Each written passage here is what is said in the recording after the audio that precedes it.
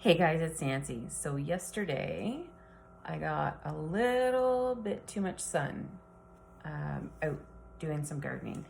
And luckily for me, I had made up a spray last week for Connor, my son, because he was out at the beach and he came home and he had a sunburn. He was like, hey mom, can you make me something up? So I luckily had a little spray bottle here. This is a 2-ounce spray bottle.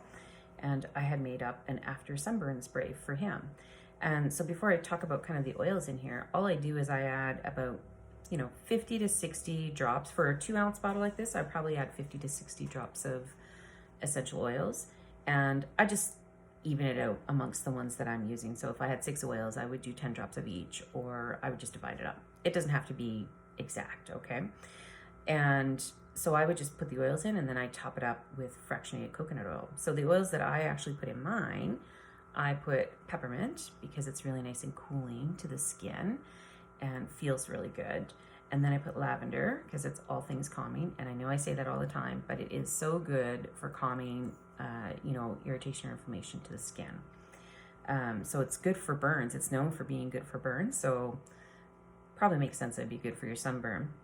Then I use frankincense because we know that frankincense is the king of oils and it's kind of like a booster to the rest of the oils, so it's really good for skin as well.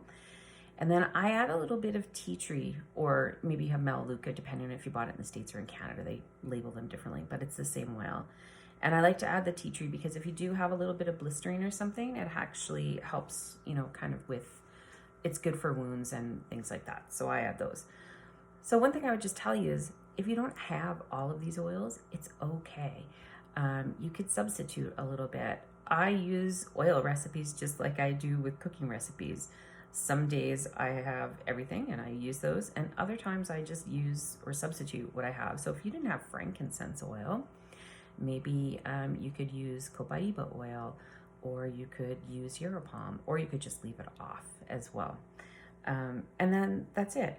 doTERRA, I'm going to post in the link below or in the comments below.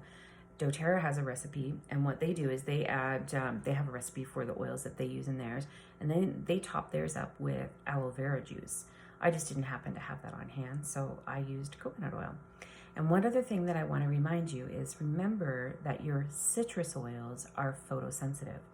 So you do not want to be putting citrus oils on your skin before you go out into the sun.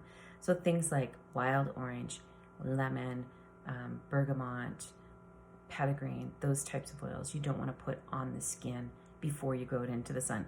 It's okay, I still use wild orange in my smoothie every day, but I'm not going to put it on my skin before I go and sit out in the sun because you could burn. So that's my recipes. Again, I'll post the recipe that doTERRA has down below.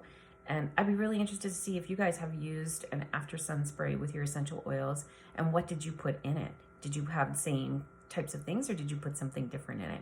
Anyway, I hope you have a great day. Enjoy the sun.